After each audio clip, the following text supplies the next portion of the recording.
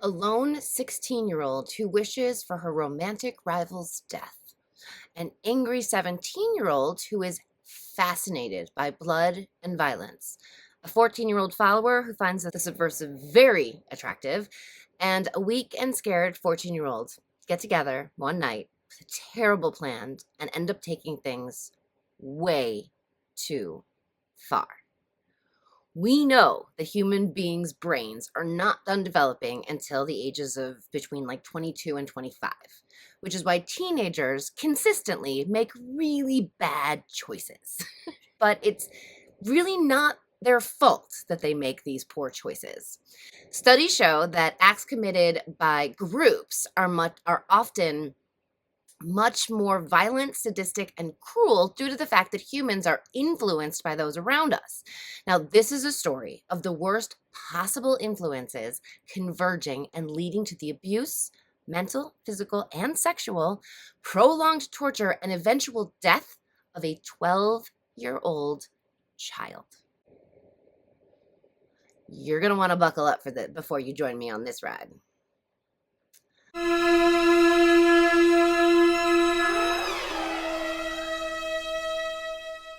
Trigger warning, today's story is going to cover topics of all kinds of abuse, child molestation, R words, S word, forays into the occult, drug use, arson, and murder. This is the story of Shanda Shearer. Shanda Shearer was born on June 6, 1979. She was the only child of her mother's second marriage and her father's first marriage. Her mother had an older daughter, about 8 years older than Shanda. Her name is Paige. And her father would remarry after the divorce from her mother and have 2 more children. So she has these 3 siblings, but she's the only full child of both of her parents. Her parents were not together, but they co-parented really, really, really nicely, it sounds like. So it's, it's like the best of a not so great situation.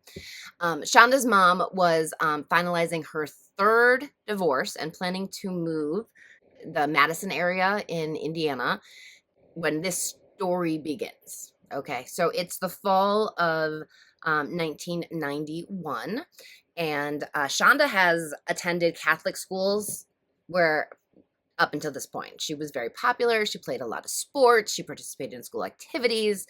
When the family moved, Shanda would convince her mom to let her go to public school beginning in the 7th grade. Shanda was 12, and she had she was just 12. This was, she had turned 12 a couple of weeks ago, heading into her 7th grade year. She was young for her grade kind of situation. Even though Shanda was really nervous about starting at a new school, she would come home on the first day super excited about meeting students and some of the teachers that were super nice. So things were, going okay. Her mother said, I didn't really worry about her. She made friends really easily, and, people liked her, and she was a great kid. So during the 2nd week of school, Shanda, still trying to make a good impression on the kids at her new school, offered to return a ring to a boy from a girl who didn't want it anymore. I can so picture the situation. She's like, I don't have any skin in this game. I don't know who any of these people are. If you want me to return a ring, I'll return a ring. What's the big deal, right? But when she brought it to the boy wouldn't take it back quietly.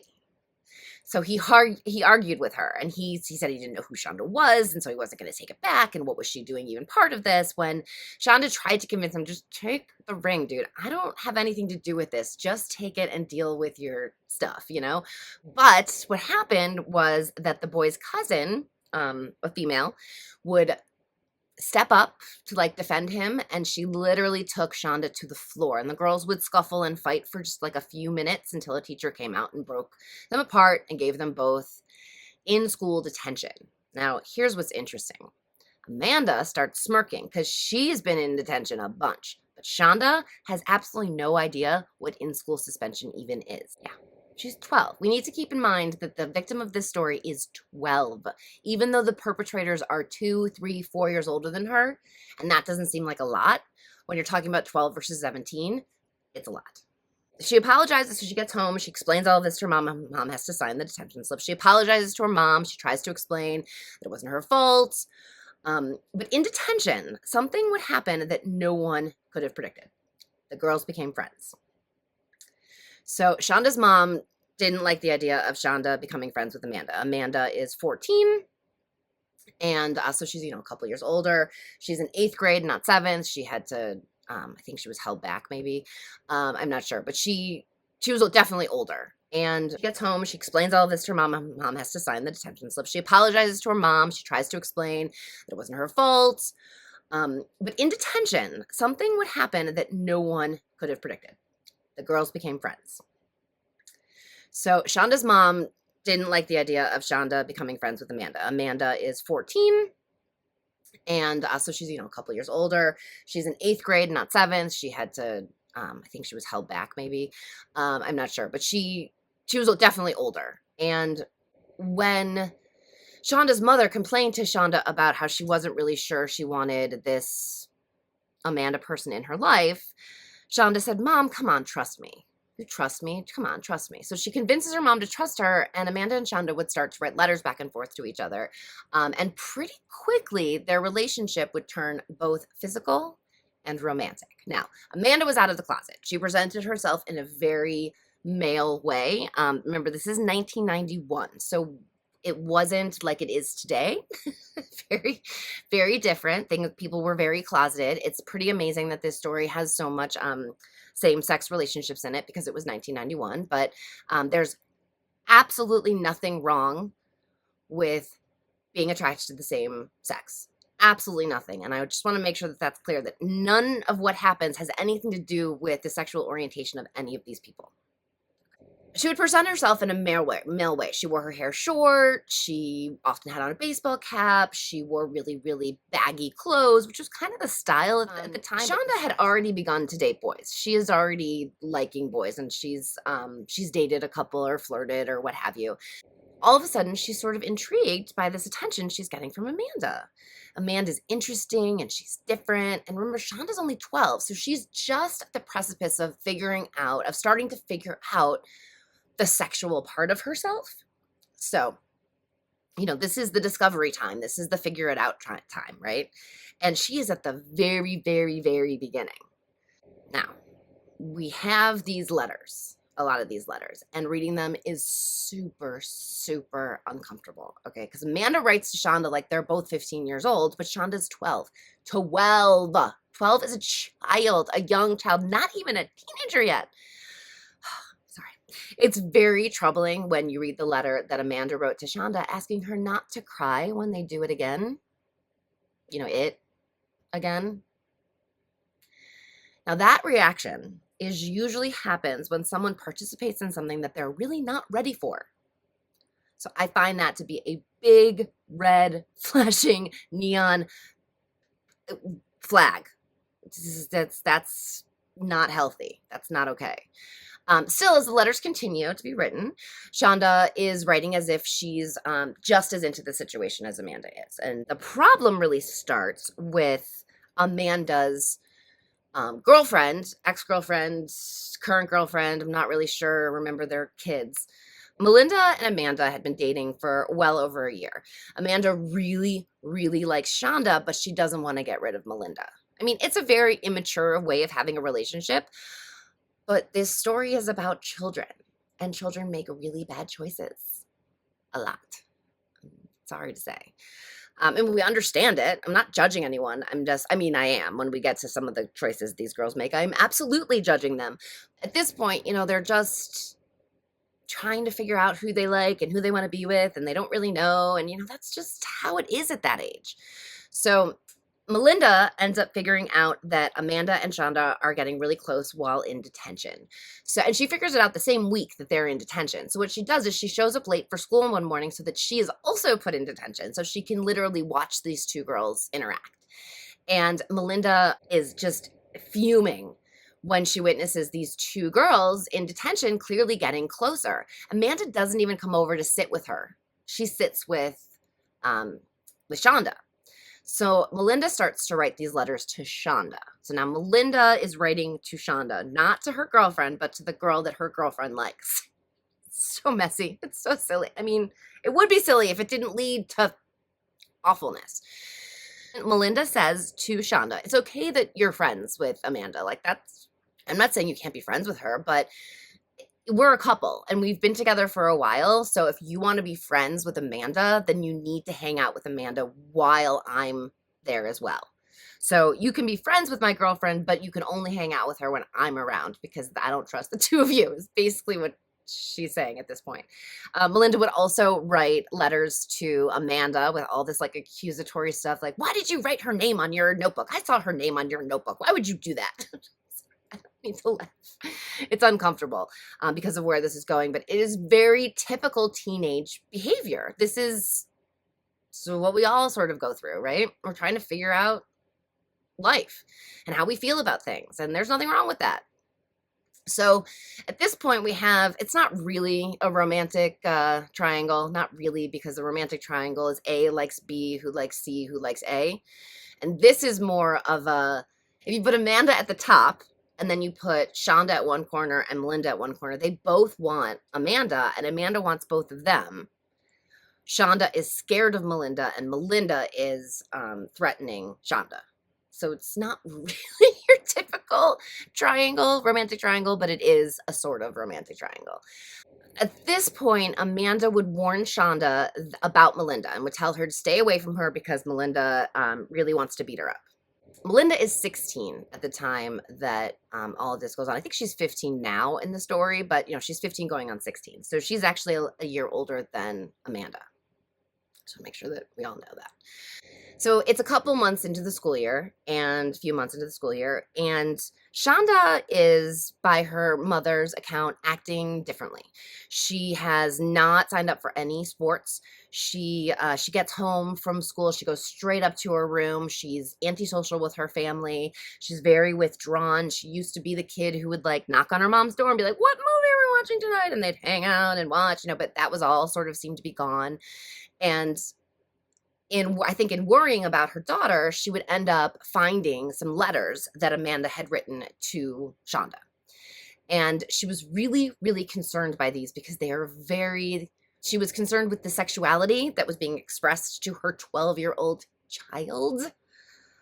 Plus, these letters, together with the fact that her daughter was becoming more withdrawn and uninvolved in school, Jackie decided that public school was the wrong plan. I'm taking her out of public school and I'm putting her back in a private school. This time, it's Our Lady of Perpetual Help, where she would make fast friends, return to what her mom would call herself. She even says, like, it took only a couple of weeks for Shanda to be knocking on my door and being like, let's watch a movie. A few weeks before we lost Shanda, or Shanda was horribly murdered, she had a new boyfriend that she was chatting with, and like she had turned the corner, only these girls wouldn't allow her to really turn the corner. So I totally applaud Shanda's mom, but it would turn out to be too late. So let's talk about Melinda Loveless, which is quite a last name to have, considering the behavior she presents. She's the girl who hates Shanda because Amanda likes Shanda, and she is going to be what I would consider our main perpetrator, certainly the instigator, because she's the one who doesn't like Shanda. Now, I'm going to tell you some of the history of what this girl has gone through. As far as I'm concerned, it does not negate or excuse anything that she does to this poor girl later on, but it does sort of explain to you where she came from and how she became the way that she is, or was when she was a teenager. So, Melinda Loveless, she is the third of three girls to Margie and Stephen Loveless. The Loveless family was headed by a violent, perverted, sadistic Vietnam War vet with severe PTSD. Stephen would put his family through hell. Bear with me. Here we go. So he always got his way. Margie was expected to accommodate him at all times, especially in his sexual desires, which could be something he requested 3 to 5 times a day. Okay. He wanted to swing with other couples, and she had no choice in the matter. It was just, we're going to go do this, and you're just going to listen to your husband. Over the years, she would have quite a few tries at unaliving herself. She would not succeed. One of the times that she did that, it was after her husband ran what is called a train on her. And this is when you have multiple men have sex with, so he had many men have sex with his wife, one right after the other. That's a train.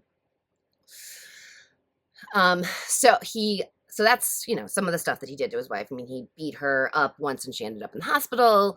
So, very violent, angry, not nice man.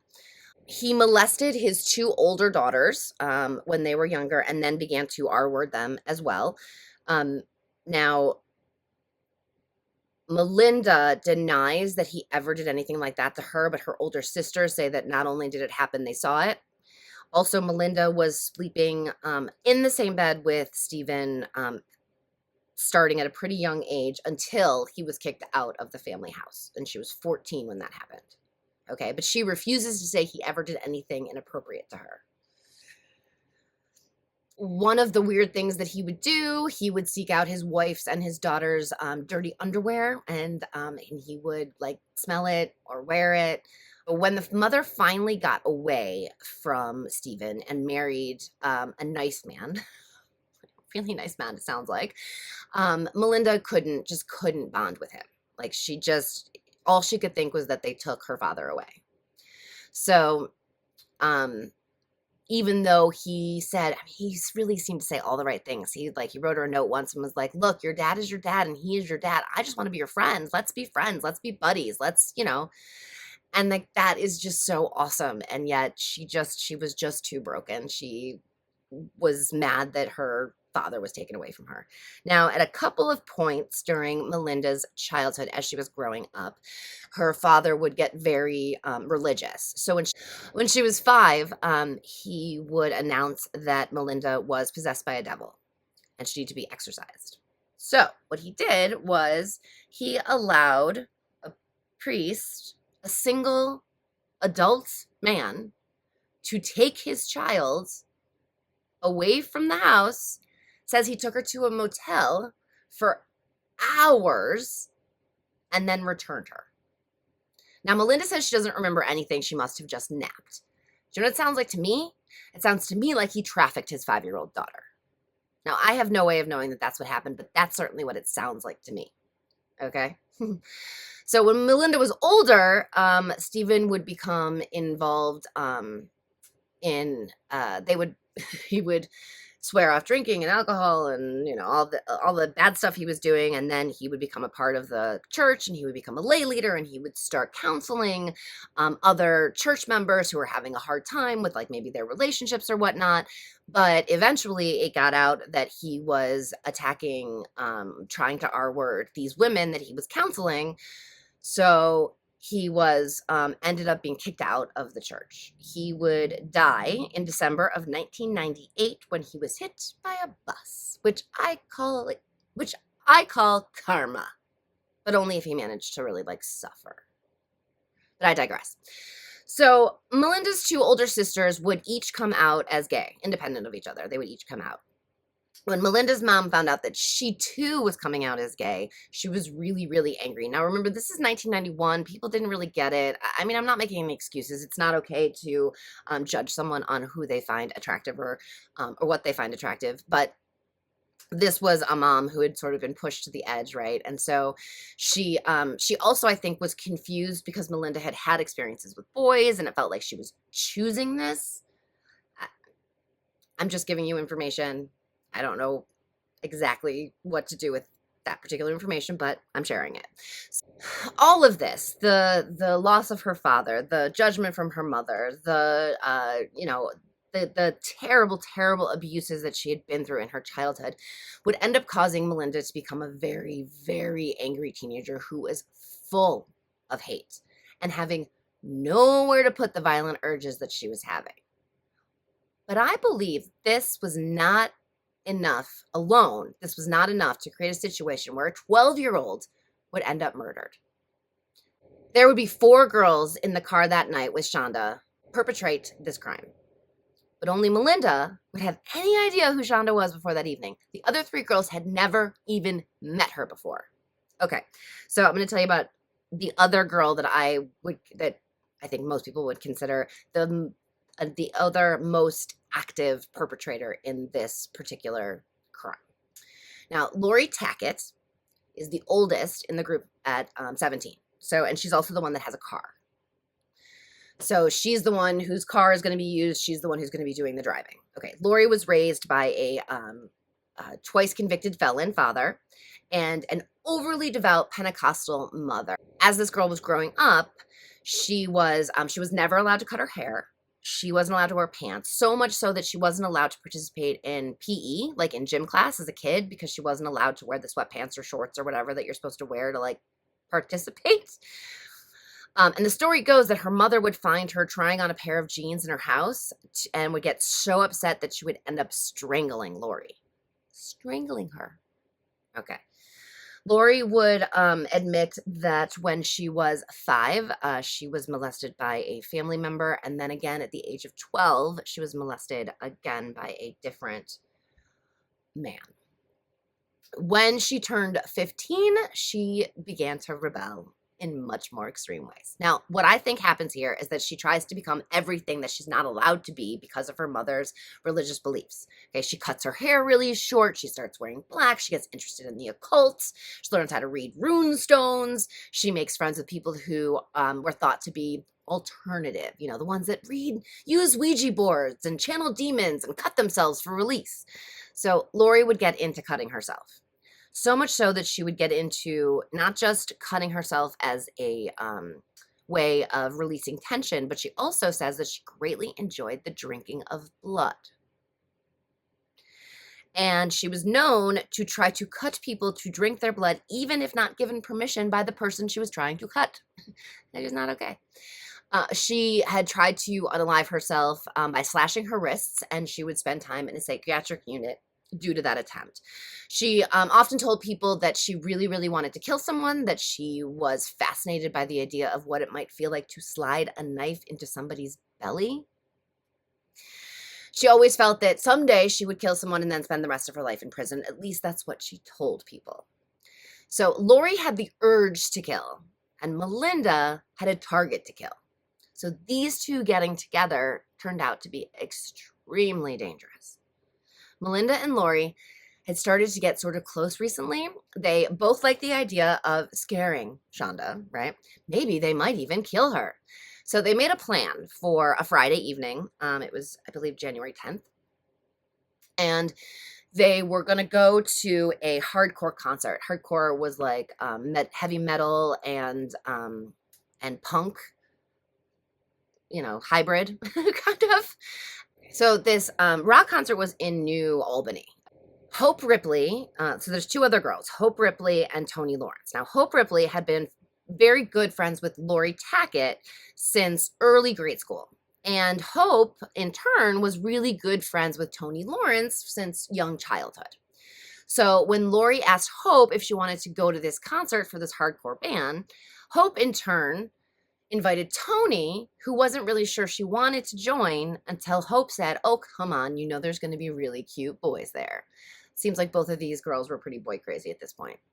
But I'm judging. Again, these 2 girls are both 14 years old. So in the car, we have a 17-year-old, a 16-year-old, 2 14-year-olds. Laurie, Toni, and Hope would show up at Melinda's house. And there, Hope, Toni, and Melinda would get dressed for the evening. Toni would later say that she was surprised at how cute Melinda's clothes were, that her shoes were, and how generous she was in letting them borrow from her, and how cute they all looked when they headed out. So once they're in the car, they said that they were going to get Shanda from her dad's house. At this point, Melinda would show off the knife that she brought with her and say that she wanted to scare Shanda for dating her girlfriend and make sure that she knows from this point on to stay away. Okay, so when we got to the house, Toni and Hope would be the 2 that would go up to the front door and ask for Shanda. They would say, you know, "Amanda wants to see you." And Shanda would tell them, like, first of all, it's so weird because they open the door. She opens the door and they say, "Is Shanda there? Is Shanda here?" And Shanda's like, "That's me." And her father would overhear this and be like, "How did those, like, why would you go out with girls who don't know you?" But she tells them, "No, I can't go out with you. I actually have plans to go to a party, and my parents aren't going to let me go out with you. But they don't really want me to go see Amanda. But if you come back after midnight, I can probably sneak out and, you know, see Amanda then. So come back after midnight and bring Amanda with you, and we'll all what have you. So when Hope and Toni get back to the car, Melinda is like totally fuming until they explain what the plan is. The plan is to return later to get Shanda. So Melinda would tell Toni, at this point, Melinda would tell Toni and Hope that they're going to kill that little girl tonight. So before they get to the concert, these two girls have already been told that they shown the knife that is going to scare Shanda and been told that they're planning on killing this little girl tonight. So from this point, I'm going to keep track of all of the chances these girls had to save Shanda's life.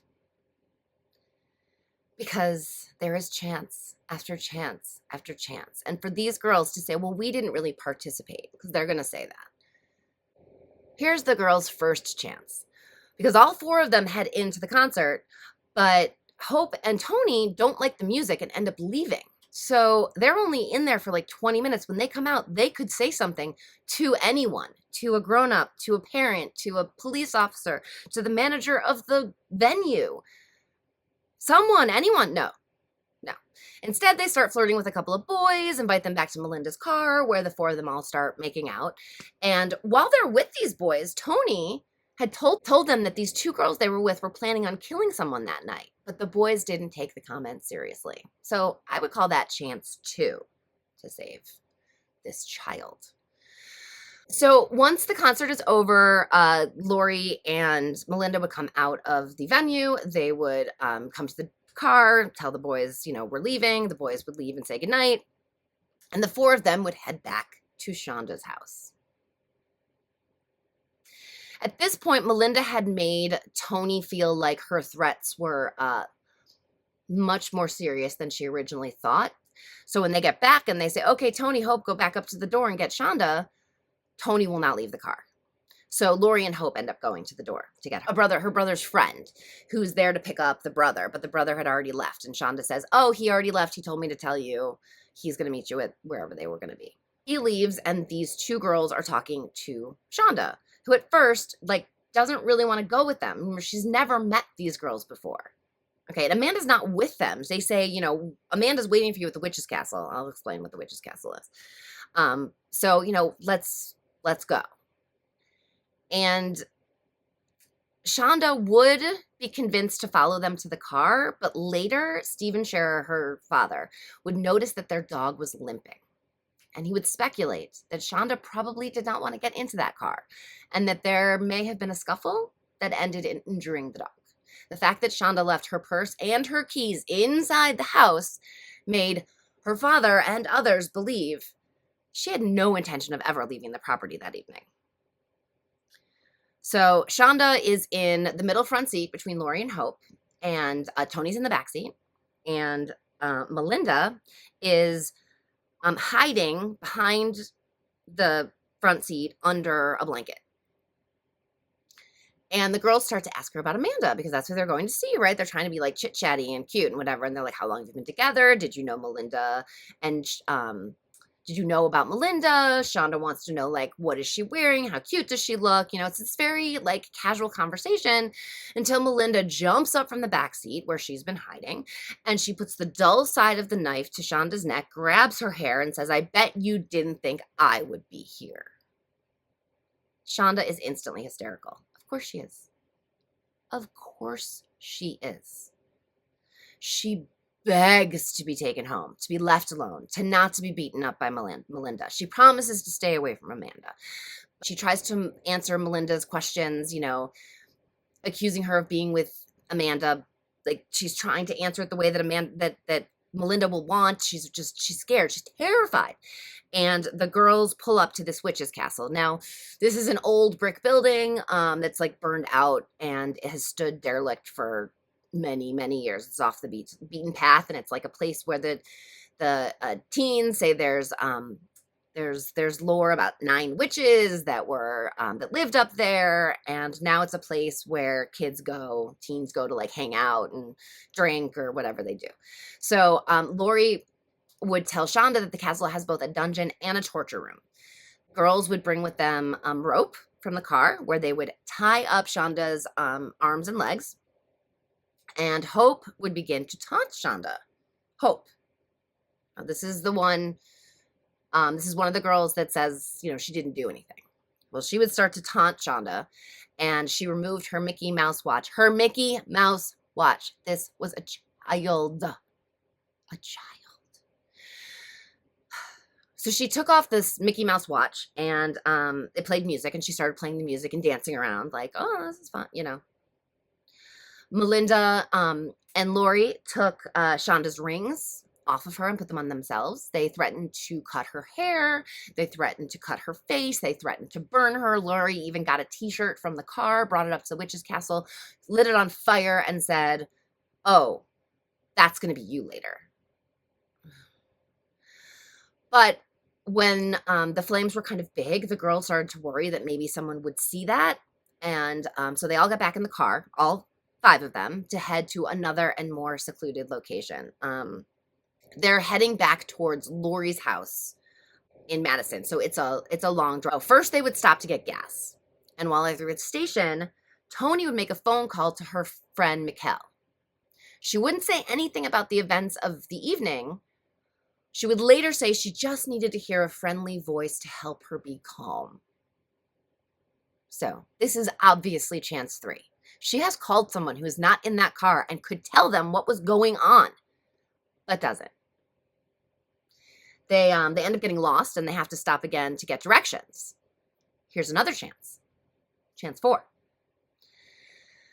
Finally, the girls arrive at an old logging road about a mile from the Tackett's house. They pull Shanda from the car, they remove the ropes, and they demand that she strip. Now, remember, this is January in Indiana, so it is bitterly cold. Before Shanda can remove her clothing, Hope and Toni get back into the car and watch the events through the car window. Melinda took Shanda's clothes, threw them into the car, and said that she wanted to keep them for later as like a souvenir. Hope would put on Shanda's bra and laugh about it in the car. So there's just like this general bullying happening. Meanwhile, as they watched, Laurie would hold up Shanda, like hold her arms back and hold her up so that Melinda would be able to punch her and kick her and knee her in the face.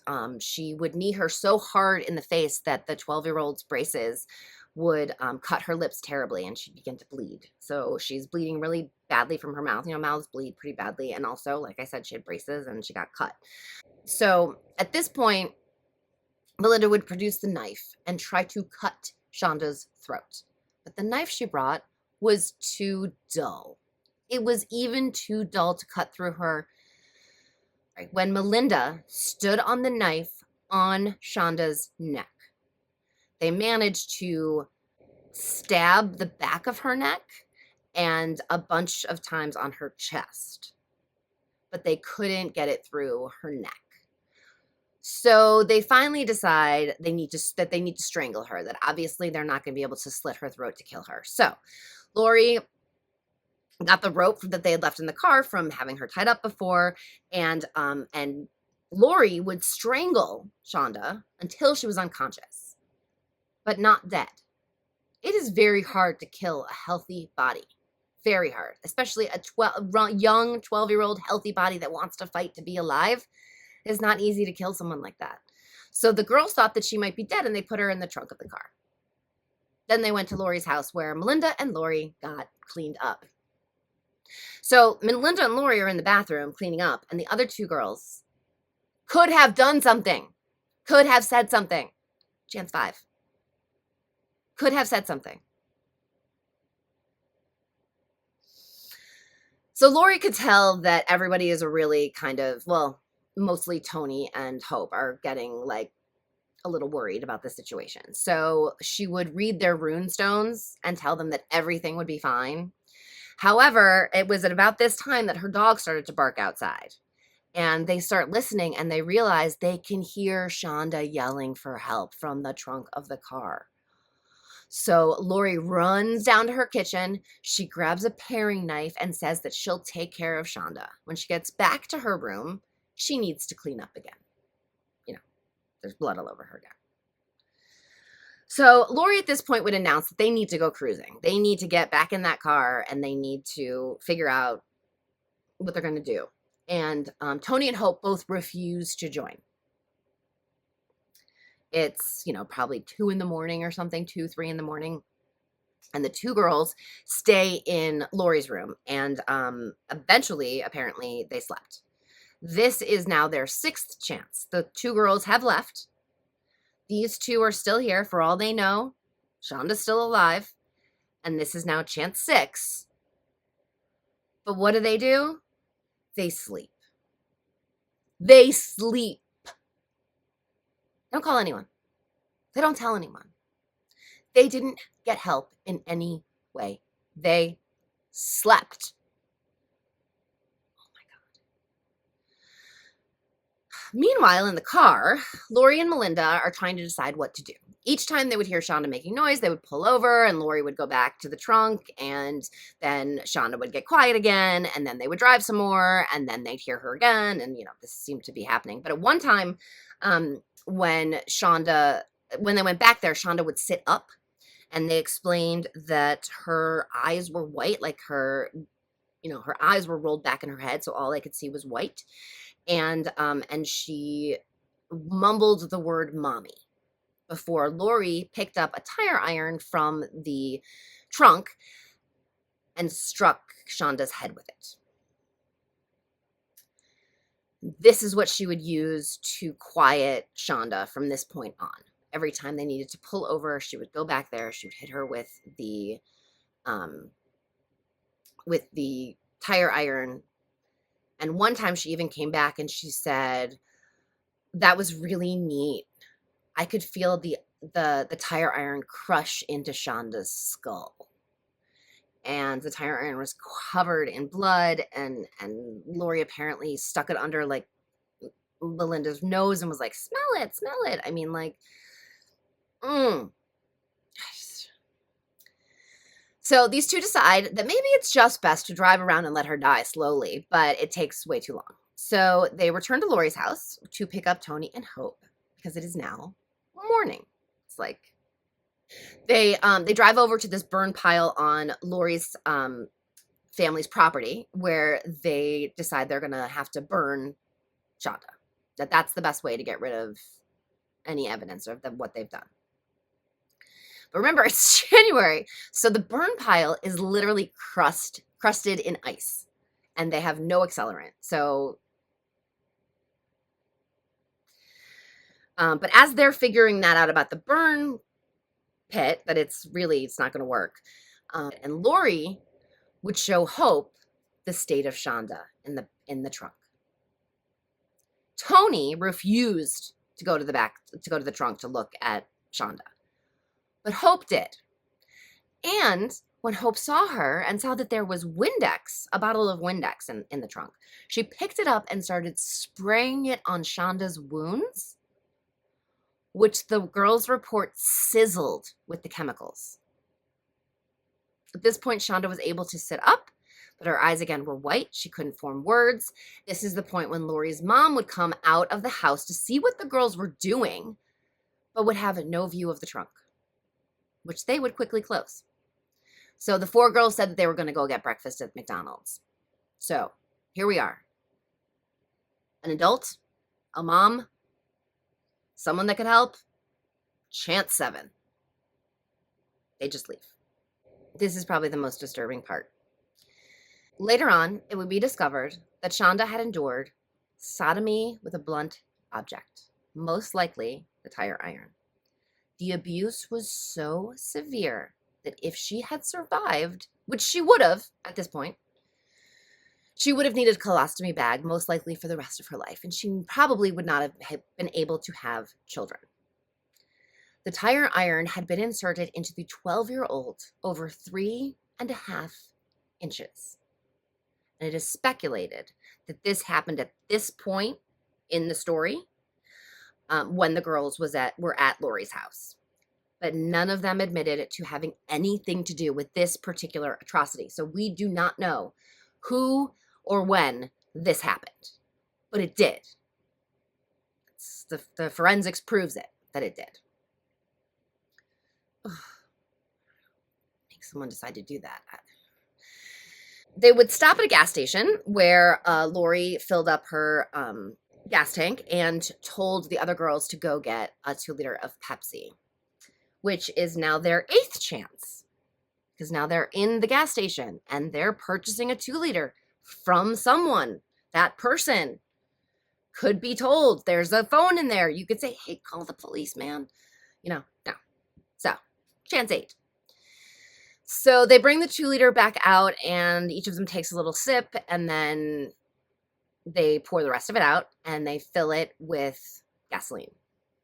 They head out again, and this time they head to Lemon Road, a place that Hope says was deserted enough for their plan. So Toni again would have refused to help in any way at this point.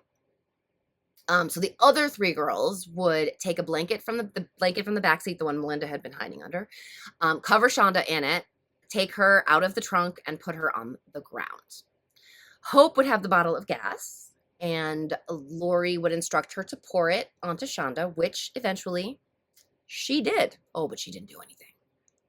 She poured the gasoline on the poor girl. Okay, so another thing that the girls have never admitted is who it is that actually lit the match and threw it on to Shanda. Now, Laurie says that her hair was singed because she was so close to Shanda when the burning started.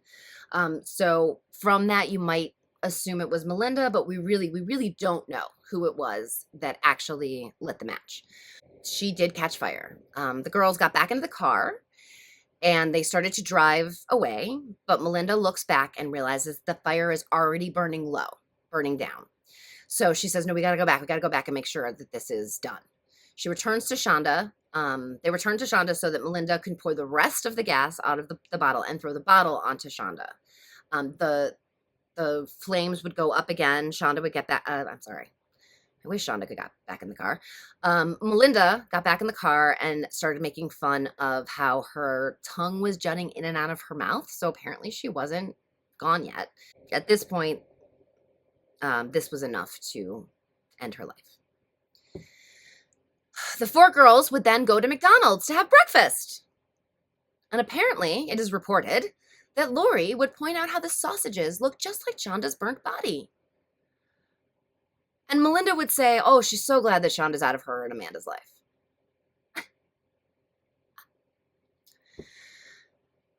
Laurie would drop Toni and Hope off at their respective homes, and then Laurie would spend the night at Melinda's house. So Toni would make a call to her friend to tell her about the events of the evening, that Mikkel, the person that she had called before.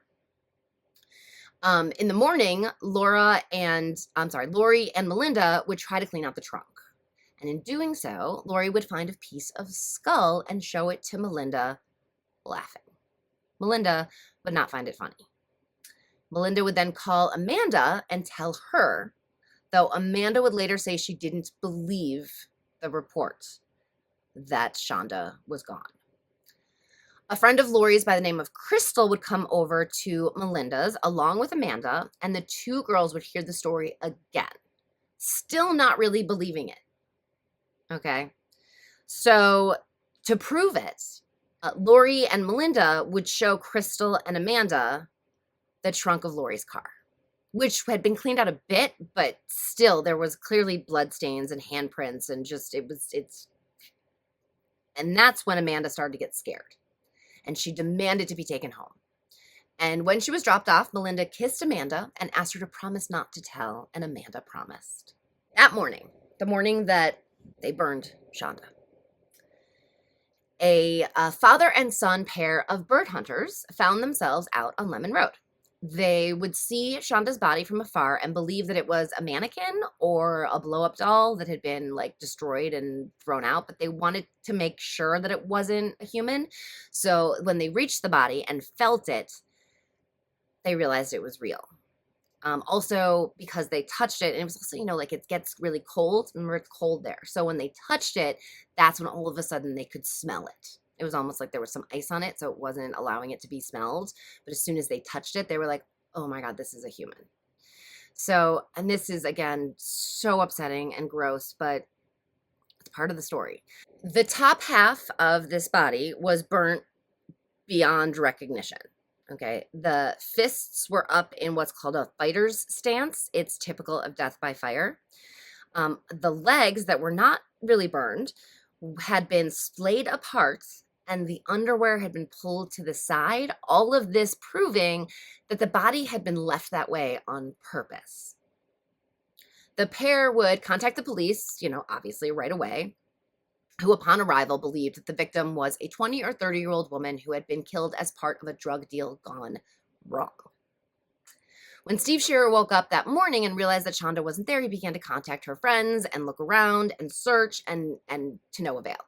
So he would phone his wife around 1:45 that afternoon, and the two of them would go to the police to file a missing persons report. And this was filed in their area in Jackson. I think it's Jeffersonville is the name of it, or something like that. It was in that reported that set up the missing person report, which was not the same police station that was close to where, these girls had traveled over an hour back and forth between like New Albany, Jeffersonville, Madison, all of this. So, or many different police departments. And that would be, everything wouldn't come together instantly because of that, but it does come together pretty quickly. Okay, meanwhile, Hope would call Laurie later that day hysterical. Laurie promised to come over, and she and Melinda would find Hope in her room, holding Shanda's watch and sobbing. So Laurie's like, look, I'll make sure we're going to be okay. I'm going to read our runestones again. Oh, look, we're going to be just fine. Everything's going to be just fine. Okay, once Toni got home later, she would call her friend Mikkel, right, like I said, and she would confess everything that happened. Mikkel said that she would call a lawyer for Toni and find out what to do. Okay.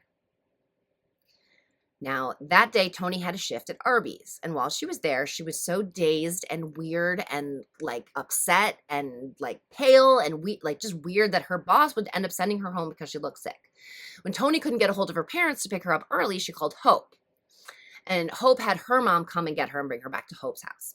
But Toni was terrified. They decided that they needed to go out. So they went to a bowling alley where friends who could keep them safe if they ran into Laura and Melinda would be around. Like at this point, they've talked themselves into being terrified of Melinda and Laurie, right? Tony's like, oh my God, they're going to figure out that wasn't willing to do that kind of stuff and they're going to come after me next. Their minds are going crazy, which is fair.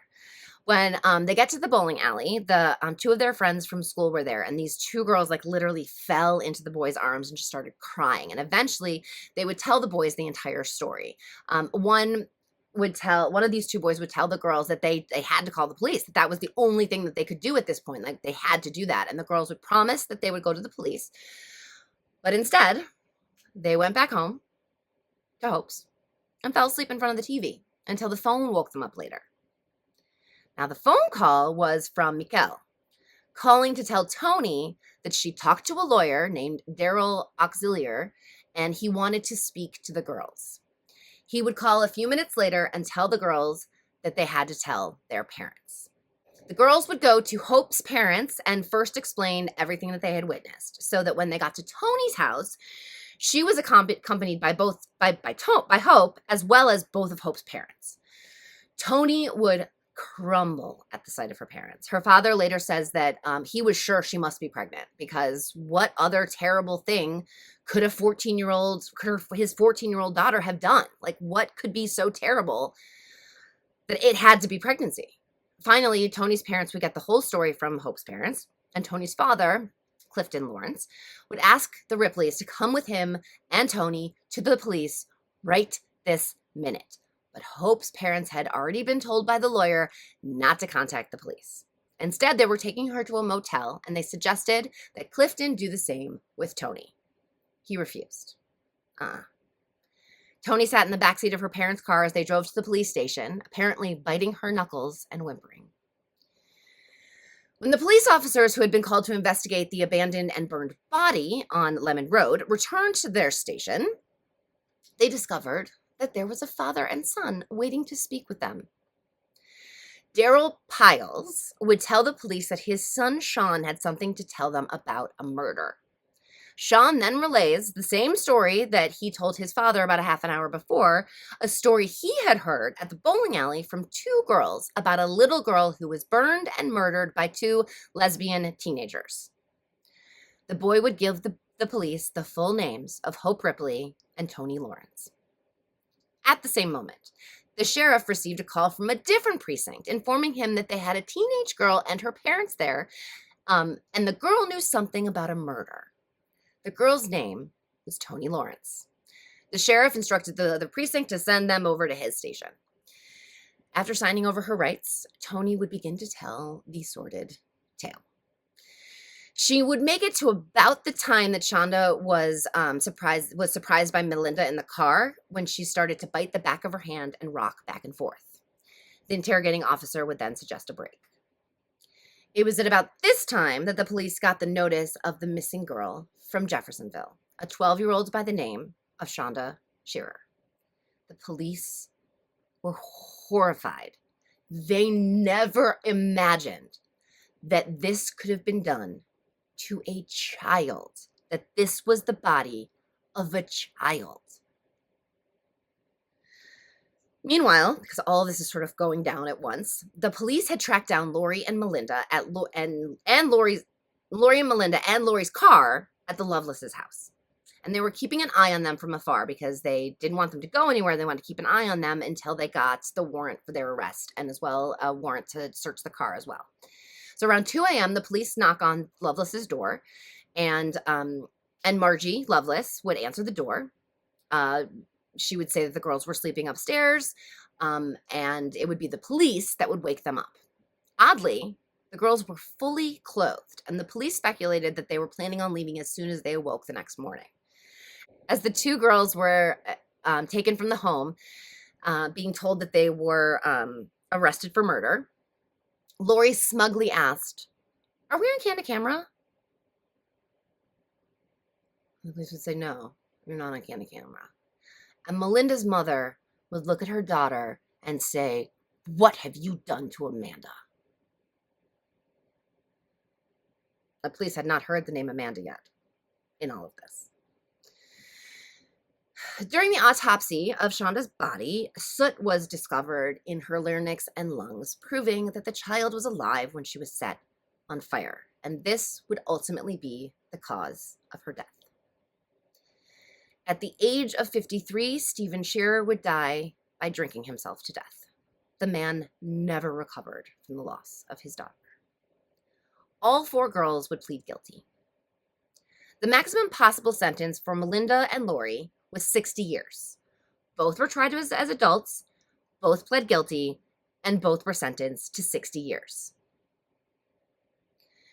Hope would also be sentenced to 60 years, but 10 years would be suspended for mitigating circumstances. On her appeal of her sentence, and she appealed as much as she possibly could, ultimately her sentence would be reduced to 35 years. In exchange for cooperation, Toni was allowed to plead guilty to one count of criminal confinement and was sentenced to a maximum of 20 years. Now, in Indiana, where the girls would serve their sentences, there's a policy where 1 day of good behavior in prison removes 1 day from your total sentence, meaning that they could each serve only half of their sentences if they behave themselves. Now, I personally think that Jackie, Shanda's mom, said it best. You're supposed to behave in prison. You should be serving the time you were sentenced to. You shouldn't get special privileges simply because you behave. I agree 100%. That is not okay. If you are sentenced to 60 years, you should serve 60 years. That's not what happened. All of these women, now in their 40s, are free from prison.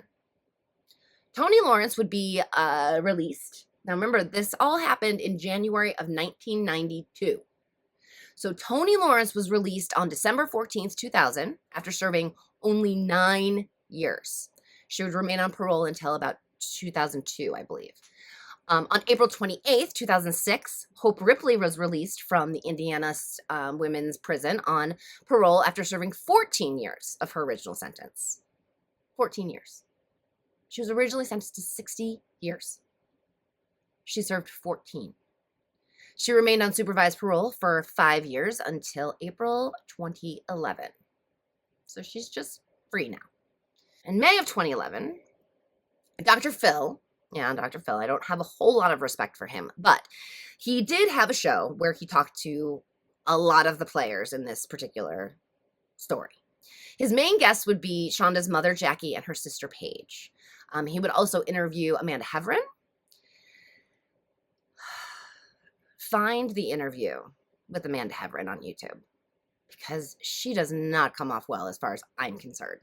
She comes off angry with a chip on her shoulder. She is defensive from the get-go, and she tries to shift blame off of herself and onto others. She doesn't make a good showing. She seems pissed. And there is not 1 ounce of regret in her voice, in her mannerisms, in her attitude. The thing that she says she's sorry about is that she didn't get to go to Shanda's funeral. She didn't get to say goodbye to her. And, she was kicked off the basketball team because of this.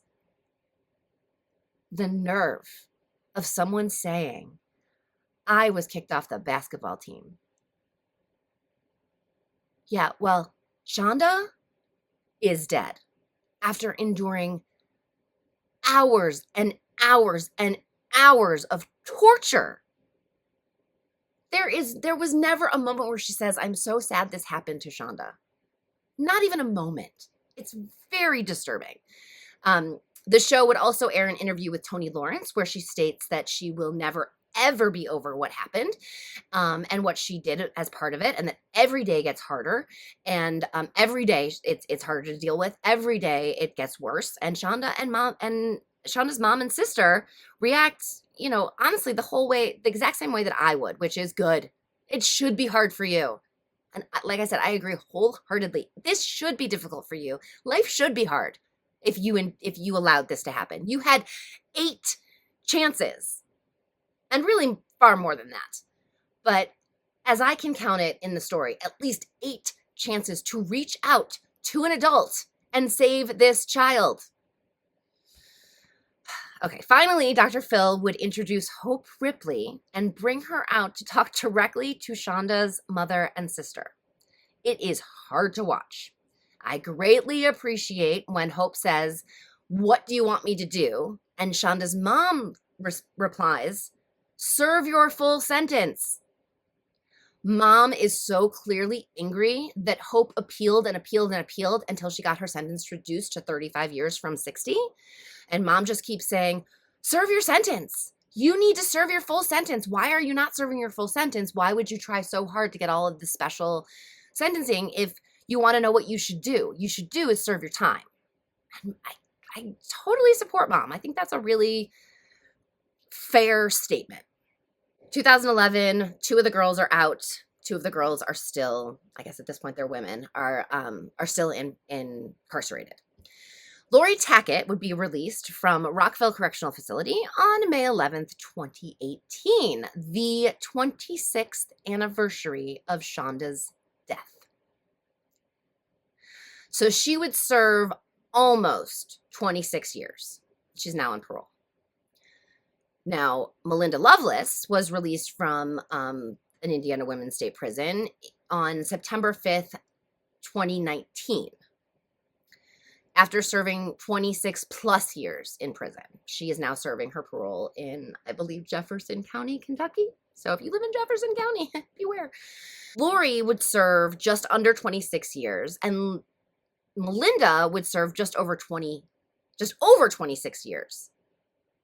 They were both sentenced to 60, and they were out and around 26. They're in their 40s. 40's young. You can have a whole life ahead of you at 40. So all 4 of the girls who were there when Shanda, a child of 12, was tortured and murdered, is now walking free. And I want to know what you think. What do you think? Should they be out? Should they still be serving? It doesn't make sense to me. I feel like, you do something this terrible, you need to be punished for the majority of your life. If you go into prison when you're 16 years old and you have to serve for 60 years, you should get out when you're in your 70s. You shouldn't be getting out when you're in your 40s. At least that's how I feel. And like thinking about this case for the last 2 weeks has been really hard because not that, I mean, this is much harder for everyone involved than little old me who's been thinking about it. But even just thinking about it has been so awful, the way that they treated this poor child. And, it's like I said, it's very, very difficult to kill a healthy body. And she fought so hard to survive, so hard to survive. And it is horrifying to me that all 4 of these women are walking free because Shanda, who was 12, is gone. Her life was taken away from her, and that's that.